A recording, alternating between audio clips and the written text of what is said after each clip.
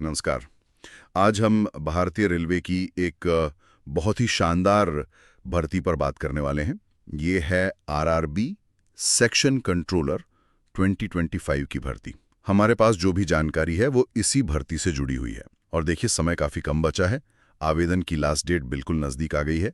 तो चलिए फटाफट इसके जो सबसे ज़रूरी पहलू हैं उन पर गौर करते हैं। सबसे पहले सबसे ज़रूरी बात, अप्लाई करने की आखिरी तारीख 14 अक्टूबर 2025। इसे कहीं नोट कर लें। जी हाँ, 14 अक्टूबर। और फीस जमा करने के लिए 16 अक्टूबर तक का समय दिया गया है। अच्छा, फीस के लिए 2 दिन एक्स्ट्रा हैं। जी।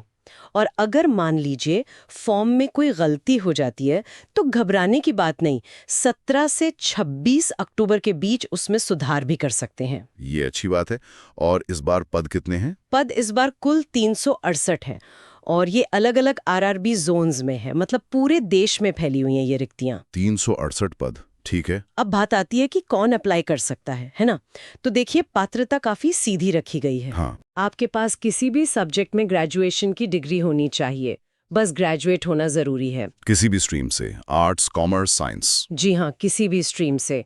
और उम्र जो है वो 20 से 33 साल के बीच होनी चाहिए। 20 से 33 साल। हाँ, और जो सरकारी नियम है उनके हिसाब से उम्र में छूट भी मिलेगी, मतलब आरक्षित वर्गों के लिए। और इसमें एक खास बात मैंने देखी थी, जो भूतपूर्व सैनिक हैं, हाँ उनके लिए कुछ विशेष है। हाँ बिल्कुल।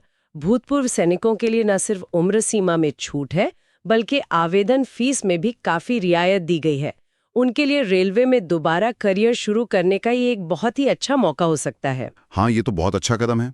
अच्छा, फीस की बात हो ही रही है, तो बाकी लोगों के लिए क्या है फीस स्ट्रक्चर? देखिए, जो सामान्य वर्ग के हैं, ओबीसी हैं या ईडब्ल्यूएस कैटेगरी में आते हैं, उनके लिए फीस 500 रुपए है। 500 रुपए? जी। और एससी, एसटी, सभी वर्गों की महिला उम्मीदवार और भूतपूर्व सैनिक, इनके लिए फीस 250 रुपए रखी गई है। ओके, तो 250 रुपए इनके लिए। ठीक है, अब आते हैं सबसे अहम मुद्दे पर, चयन प्रक्रिया। ये कैसे होगी? चयन प्रक्रिया जो है वो मुख्यतः 4 चरणों में होगी। 4 चरण? हाँ, पहला है सीबीटी यानी कंप्यूटर आधारित परीक्षा। ये तो कॉमन है आजकल। हाँ बिल्कुल। फिर दूसरा है सीबीएटी यानी कंप्यूटर बेस्ड एप्टीट्यूड टेस्ट। ये थोड़ा अलग है। अच्छा, एप्टीट्यूड टेस्ट, इसके बारे में थोड़ा और बताएंगे? जी जरूर, इस पर हम आते हैं। तीसरा चरण है डॉक्यूमेंट वेरिफिकेशन, मतलब दस्तावेजों की जांच। और चौथा और आखिरी है मेडिकल जांच। ठीक है, तो वापस आते हैं सीबीटी पर। इसका पैटर्न क्या है? सीबीटी पर खास ध्यान देना होगा। इसमें 100 सवाल पूछे जाएंगे, 100 नंबर के होंगे और टाइम मिलेगा 90 मिनट। 1.5 घंटा, 100 सवाल। हाँ, ठीक है। लेकिन यहाँ एक बात है जिस पर संभलना होगा, वो है नेगेटिव मार्किंग। ओहो, नेगेटिव मार्किंग भी है? कितनी? हाँ, 3rd की नेगेटिव मार्किंग है। मतलब हर गलत जवाब पर आपका 1/3 नंबर कट जाएगा। यानी तुक्केबाजी नहीं चलेगी, बिल्कुल बिल्कुल नहीं। सटीकता बहुत जरूरी होगी इसमें। अच्छा, ये तो हुई सीबीटी की बात। फिर आपने बताया सीबीएटी के बारे में। ये एप्टीट्यूड टेस्ट में क्या होता है? ये क्यों जरूरी है? बहुत अच्छा सवाल है। देखिए, सीबीएटी जो है ना, वो सिर्फ आपकी किताबी नॉलेज नहीं देखता। सेक्शन कंट्रोलर का काम बहुत जिम्मेदारी वाला होता है। ट्रेन ऑपरेशंस देखने होते हैं। हाँ बिल्कुल। तो सीबीएटी ये परखता है कि आप दबाव में कैसे फैसले लेते हैं, कितनी तेजी से रिएक्ट करते हैं, आपकी मेमोरी कैसी है, फोकस कैसा है। ये सब स्किल्स कंट्रोल रूम के माहौल के लिए बहुत जरूरी हैं। समझ गया। मतलब ये पर्सनालिटी और स्किल बेस्ड टेस्ट है एक तरह से। हाँ, कह सकते हैं। अब अगर सीबीटी के सिलेबस पर आए, हाँ, सिलेबस क्या है सीबीटी का? इसमें मेनली 3 सब्जेक्ट्स हैं। गणित यानी मैथ्स, रीजनिंग और सामान्य जागरूकता, मतलब जनरल अवेयरनेस। मैथ्स, रीजनिंग, जीए, ये तो स्टैंडर्ड सिलेबस है। हाँ, स्टैंडर्ड है, लेकिन यहाँ एक पेंच है। हाँ? क्या? क्योंकि ये पोस्ट सेक्शन कंट्रोलर की है, जिसका काम सीधे सीधे रेलवे ऑपरेशन से जुड़ा है। हाँ। तो जनरल अवेयरनेस वाले सेक्शन में करंट अफेयर्स के अलावा रेलवे से जुड़े सामान्य ज्ञान पर खास जोर देना होगा। अच्छा, मतलब सिर्फ इतिहास, भूगोल नहीं? नहीं, उससे ज्यादा शायद ये जरूरी हो कि रेलवे का बेसिक वर्किंग पता हो, सिग्नलिंग के कुछ बेसिक्स पता हो, कौन से प्रमुख रूट हैं या हाल में रेलवे में क्या नए डेवलपमेंट हुए हैं। इस तरह की जानकारी बहुत फायदा दे सकती है। ये तो बहुत ही अहम बात बताई आपने। मतलब तैयारी को थोड़ा फोकस करना होगा रेलवे जीके पर। बिल्कुल। अच्छा, मान लीजिए कोई ये सब पार कर लेता है, तो फिर नौकरी में सैलरी और बाकी सुविधाएं कैसी हैं? देखिए, सैलरी और सुविधाएं काफी अच्छी हैं रेलवे में। ये पे लेवल 6 की जॉब है। लेवल 6? जी, इसमें बेसिक पे ही 35,400 से 44,900 रुपए के बीच रहता है।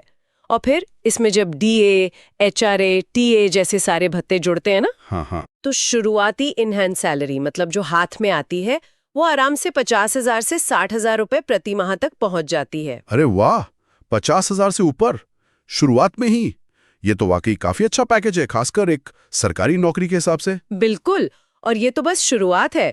इसमें प्रमोशन के अवसर भी काफी अच्छे हैं। अच्छा, कहाँ तक जा सकते हैं? सेक्शन कंट्रोलर से आगे बढ़कर चीफ कंट्रोलर बन सकते हैं और फिर आगे चलकर डिविजनल ऑपरेशंस मैनेजर यानी डीओएम के पद तक भी पहुंचने की संभावना रहती है। डीओएम? ये तो काफी सीनियर पद हो गया। जी हाँ, करियर ग्रोथ अच्छी है। और सैलरी और प्रमोशन के अलावा रेलवे की नौकरी के जो बाकी फायदे होते हैं वो भी तो होंगे। हाँ, वो तो है ही। जैसे रेलवे के कर्मचारियों को मुफ्त यात्रा पास मिलते हैं, अपने लिए और परिवार के लिए भी। हाँ, ये तो बहुत बड़ा फायदा है। फिर अच्छी मेडिकल सुविधाएं मिलती हैं, एचआरए, डीए, टीए ये सब तो मिलता ही है। और शायद सबसे बड़ी बात, नौकरी की सुरक्षा, एक परमानेंट सिक्योर गवर्नमेंट जॉब। सही बात है।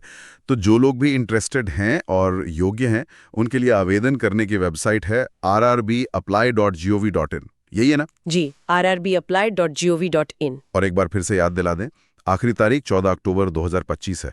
इस मौके को हाथ से जाने नहीं देना है। तो संक्षेप में कहें तो ये भारतीय रेलवे में एक सुरक्षित, अच्छी सैलरी वाली और बेहतरीन करियर ग्रोथ वाली नौकरी पाने का एक सुनहरा अवसर है। बिल्कुल, और ये ध्यान रखना बहुत जरूरी है कि आजकल सरकारी नौकरियों में कंपटीशन बहुत है, तो समय पर और सही जानकारी के साथ अप्लाई करना ही पहला कदम है सफलता की ओर। बिल्कुल सही कहा। तो जो भी योग्य उम्मीदवार हैं और रेलवे में अपना करियर देखते हैं, उन्हें 14 अक्टूबर से पहले आवेदन जरूर कर देना चाहिए। और जाते जाते एक सवाल मैं श्रोताओं के लिए छोड़ना चाहूंगी। हाँ, जरूर। हमने बात की कि इस सिलेबस में सामान्य जागरूकता और रेलवे जीके पर खास ध्यान देना है। तो सेक्शन कंट्रोलर की जो भूमिका है उसकी बारीकियों को अगर समझें तो इन बड़े विषयों के अंदर वो कौन से खास क्षेत्र या टॉपिक्स हो सकते हैं जिनकी और गहरी तैयारी इस परीक्षा में दूसरों से आगे निकलने में निर्णायक साबित हो सकती है। सोचिएगा जरूर।